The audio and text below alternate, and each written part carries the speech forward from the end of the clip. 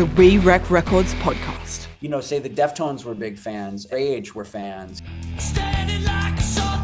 Welcome to We Wreck Records, a new podcast by New Noise magazine dedicated to wrecking the mystery around your new favorite album.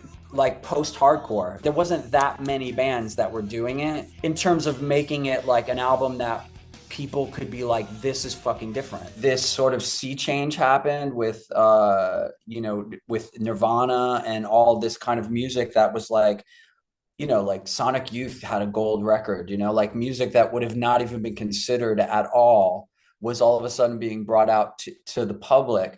And I think like what we had, coming from New York City, coming from like this hardcore background and, it was just like representing a certain kind of cultural sort of thing or, a sort of stream of influences and had a certain time and place aspect to it. Being imprinted by a culture like New York hardcore, I mean, it's one of those things that is kind of lives in mythology for music forever, like that kind of place and time. Like I think it has to, and it seems like from the outside, I wasn't there. I was not able to participate, but Yeah. it seems like the why mattered as much almost as the what, like the why behind like hardcore music and all that kind of stuff. How does the why translate to Slip and to doing an album like this? The why was like, initially I wanted to play CBGBs. I wanted to like play a role in the scene, and in that way, like I knew how to play guitar. So I got in the band. And I think when that kind of got transferred to where we were making Slip, we made an independent EP on Revelation Records. We kind of took a left turn. Our first EP was like real, sort of aggressive, like super into like Jane's Addiction and Slayer and Soundgarden and just like really aggressive kind of blast and sort of like a one set of influences. Yeah. And then there was a time between that EP and the album that was maybe like a year and a half, and like in that year and a half we discovered shoegaze, which had just kind of started happening in England. So then all of a sudden we were like, I don't want to do this like heavy metal type of stuff. I want to do shoegaze type of stuff.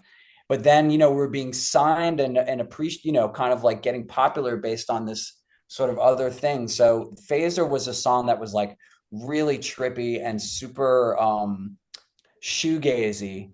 And we in trying to get the album and trying to get focused on it, we kind of like reined in some of that to give it a little bit more of a heavy form, because we just like ultimately figured let's kind of have that around the edges and not necessarily be the nuts and bolts of it until we'll go down the road. So Phaser, I just remember we're having this version that was just like all these like weird whammy guitars and stuff, and then it just got kind of overwrought. So once we got the music down, and the lyrics are literally about that trip, you know what I mean? Like Phaser, like changing from phase to phase, and like how you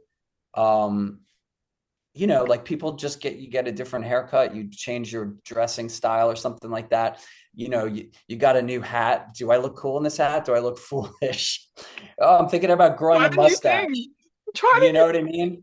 Yeah. And so, like that kind of thing. So the lyrics are about that, but I mean, there's like a sort of, I guess just in the delivery that it's like, there's like this more like life or death kind of consequence to it. But again, I think I would like Dine Alone, like I guess my thing, wasn't super conscious, but having a subtle layer of humor to something and then delivering it in a way where it's like, life or death, like absolutely.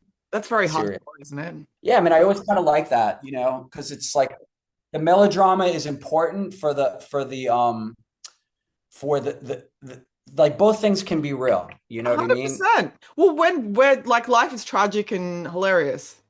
Yes. Like it's just endlessly. Well, we kind of skipped over my yearbook photo. Who were you?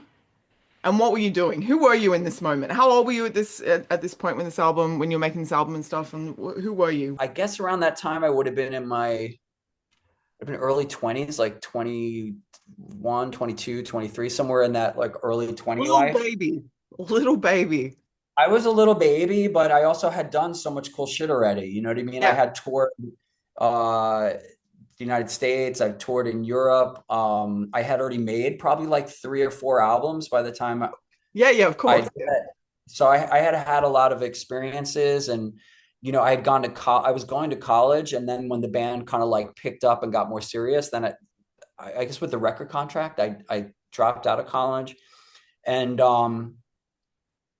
yeah, I had like I think I moved in with my girlfriend at that time too, and so I was like shacking up.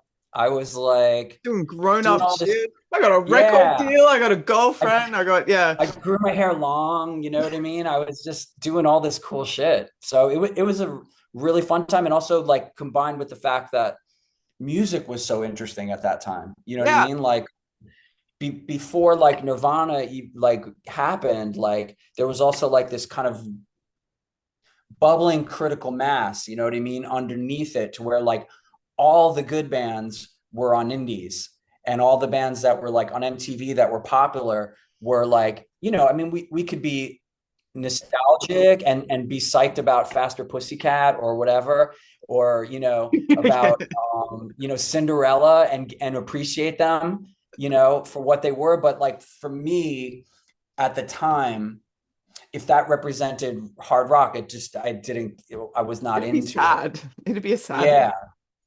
So it was cool that all that was happening at the same time. So I was like really interested in music, my own music and other people's music, and the culture was just really cool. What do you think like grunge and alternative music and hardcore share, and where do they diverge as musical movements? I think like the hardcore thing, the one that I was a part of was like all the guys that really blew it up in the grunge world were like seniors when I was a freshman. So it's like, you know, like all those guys were like 3 or 4 years older than me, like Dinosaur Right. Jr., Yeah, yeah, Nirvana, like, so their version of hardcore is a little bit different than my version of hardcore.